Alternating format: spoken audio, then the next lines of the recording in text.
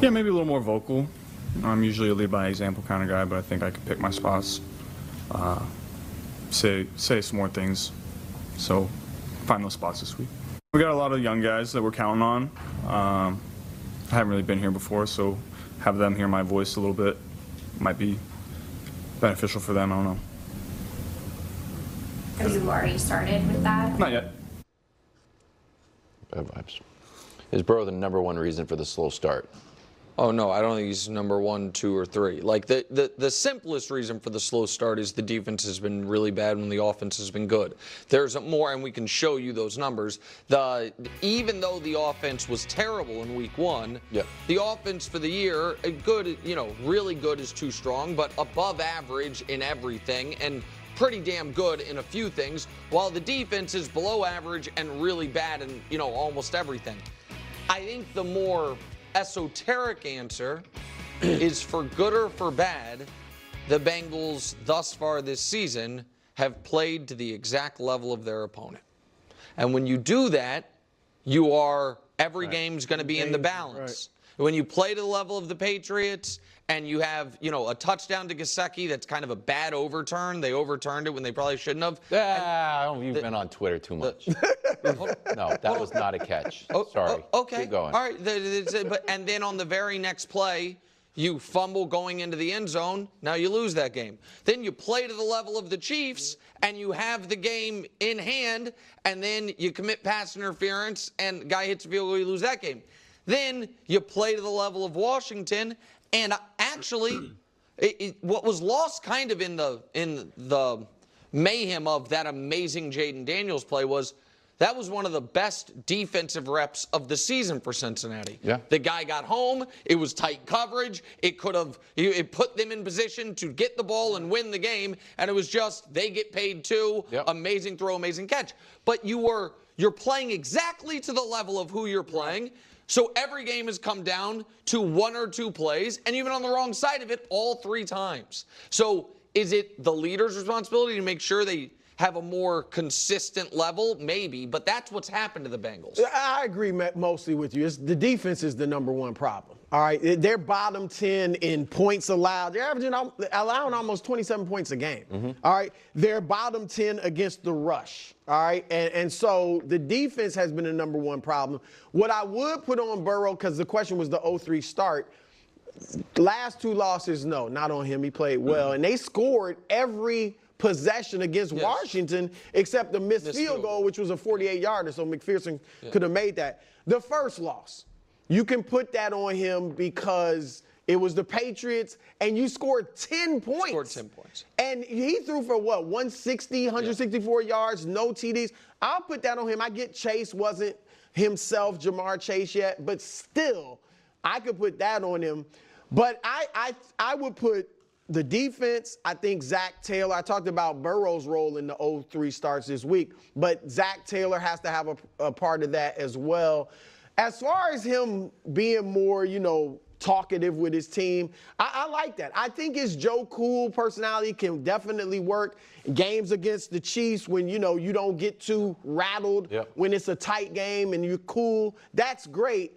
But there's a time, Brady obviously was cool under pressure, but there was times when you saw him jumping on his teammates.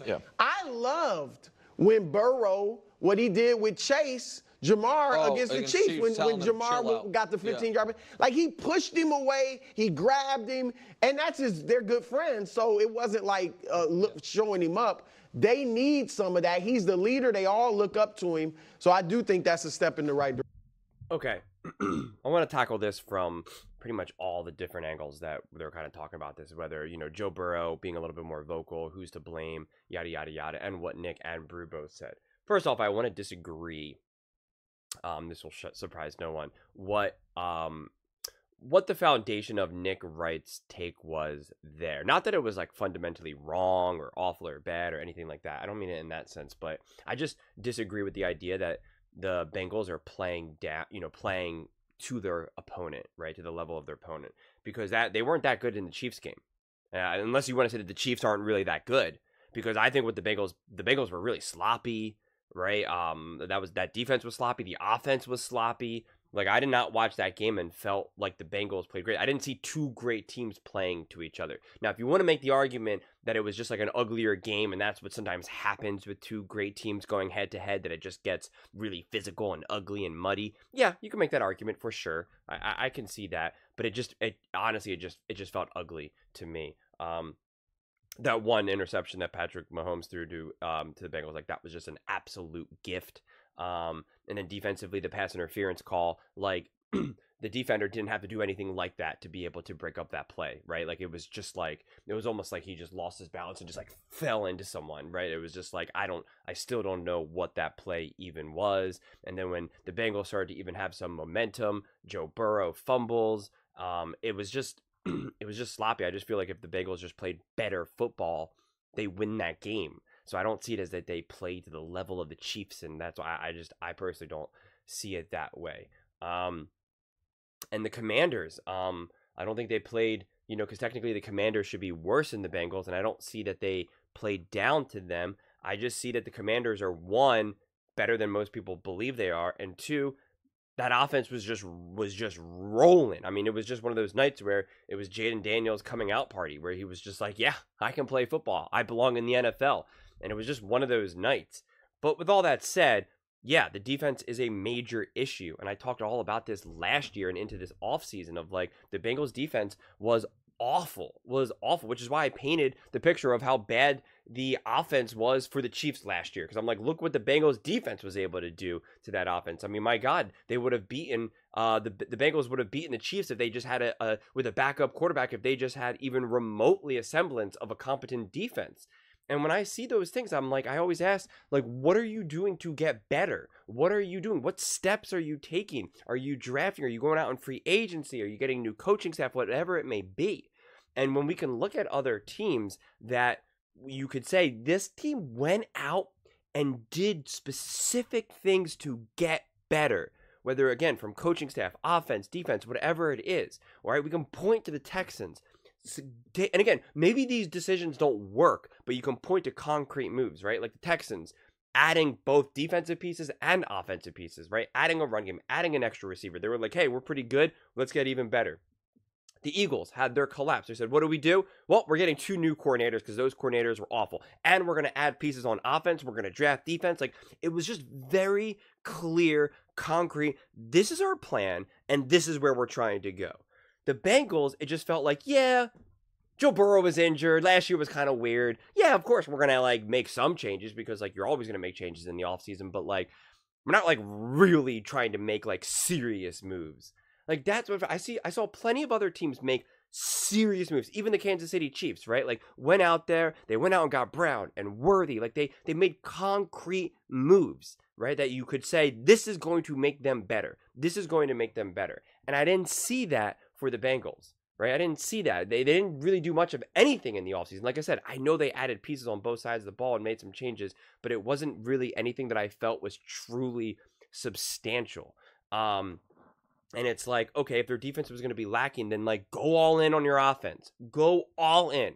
Go make a play for a Derrick Henry, for a Saquon Barkley, for a Diggs even. Right? I don't know. T. Higgins doesn't want to be here anymore. Fine. Move on from T. Higgins and try to get Stephon Diggs. Like, I don't know. I'm just making stuff up, obviously. Or just have all 3 of them say, we're going all in this year to win. Higgins is going to be gone. Jamar Chase is Jamar Chase. And I don't know. Like, again, find a way. That's the thing. You got to find a way. You're not trying to say, we're trying to build a team to be competitive for the next 5, 6, 7 years. Like, you haven't really even earned that right. Be competitive right now, today, right now. And if you have to do what the LA Rams did to win their Super Bowl, then that's what you do. And then you figure out everything else a little bit later. And I just don't see, when you have a quarterback like a Joe Burrow, you're either building a true concrete foundational team that's going to now be your nucleus, not unlike what the Kansas City Chiefs have done, or you got to be like, we got a great quarterback. We got some great weapons. Let's go all in right now. Let's just do it. Let's just do what we can do. And again, that's kind of what the Rams did. The Eagles were kind of like halfway there, halfway not, where they were like, both were going all in now, but then also planning for the future. The 49ers, they were also like, we're going all in, but then also planning for the future. Like, some teams can do it both ways, but, that's when you have really smart GMs and smart people who know how to organize this, their salary cap. Think about how the 49ers have found a way to get pay Christian McCaffrey, Brandon Ayuk, Debo, right? All these people. And yet then you have some of these other teams like the Cowboys who can't figure out how to pay everyone. The Eagles were able to pay Devontae and AJ Brown. And then you have the Bengals who are like, you know, not taking care of anyone right now. They're losing pieces. Higgins is upset. Jamar Chase is upset. You know, they found a way to make everyone upset. That's the problem. I find this to be like an organizational issue. And sorry, Bengals fans, like I want to see you be better. I want to see you be more competitive. I don't want to see an 0-3 start. Joe Burrow is too good of a quarterback and can be too awesome to see in the playoffs. I want to see him actually have a legit bona fide team behind him so he can go toe to toe with the Patrick Mahomeses of the world, with the Josh Allens, the CJ Strouds, and whoever else is coming in the AFC, or even in the Super Bowl in the, you know, versus the NFC. But I just like, if I'm a Bengals fan, I'm sitting here and I'm like, I'm angry because I'm just like, what did you do to get better? Again, these things don't even have to work for you. I just would like to feel that my franchise, that my team is making moves, that they're trying to get better, that they're going in the right direction, that they're taking care of the team, that I feel that not only do we have a chance this year or at the very least next year. And I don't see how you could feel that way with the Bengals. So, no, I think it's kind of absurd to try to blame Joe Burrow as the biggest reason for the slow start. And I'm not saying that's what they were doing, but it's the question itself is like, and again, most time these questions are just supposed to be like jumping off points, and you got to say something. So what's more, splashy than saying Burrow, the biggest reason for a slow start. So I do get it, but I think Joe Burrow, for the most part, deserves like zero credit, quite frankly, zero. And then on terms of, and on the other side of him being more vocal, listen, it can go either way with this, quite frankly. Joe Burrow is definitely deflated. That's obvious. You can see in his interview, in the media, like he is not feeling good right now. He's not even himself. The way how he dyed his hair and all that, like he's just not comfortable right now. He's not comfortable in his own skin. And then he's like, yeah, I guess I could try to be a little bit more vocal. And they're like, have you done that yet? And he goes, no, not yet. Like, it's just weird energy. And I think even Wild said like bad energy or something like that. He's just not comfortable. And again, I blame the Bengals for that as well, for not making your franchise quarterback feel comfortable, feel supported, feel that he can just continue to be himself. I think there's something wrong with him evolving and being a different type of leader if he thinks that that's appropriate for him. We've seen other quarterbacks do that over the years, whether it be Mahomes, whether it be Tom Brady or whatnot, that, you're always going to evolve and be a little bit different. But I think him being more vocal, I don't know how that fixes it, right? Joe Burrow and fixing an 0-3 start, a little more vocal. I don't see how him being more vocal fixes the fundamental problems of the Bengals, right? Like the Bengals aren't failing because of a lack of a belief or a lack of discipline necessarily, where Joe Burrow can keep everyone in line and keep people focused. Like, I don't see that at all. I don't see that being a problem. So him being more vocal is like, I don't know if like that's what needs be. And the fact that they even say that, again, to me, when a quote like that comes out where it's like Joe on fixing the 0-3 start, he could be a little bit more vocal. It's like putting still too much blame and responsibility on himself.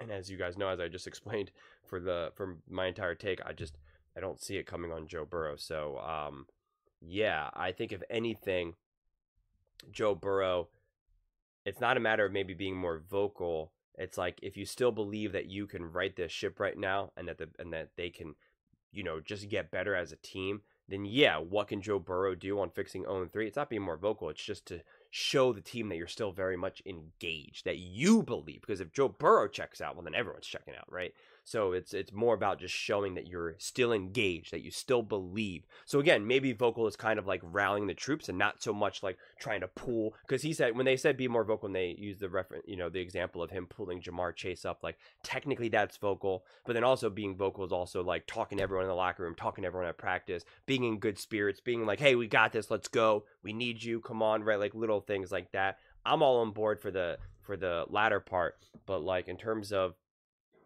barking at guys to get in position or this or that, or kind of the famous moments that we've seen Tom Brady barking at people on the sideline, I don't see that helping the Bengals right now personally. But in terms of the other stuff, showing everyone that you still care, that you're engaged, that you believe that, hey, you know what? I know this is a bad start, but we still got this. Never give up, never surrender. Let's go.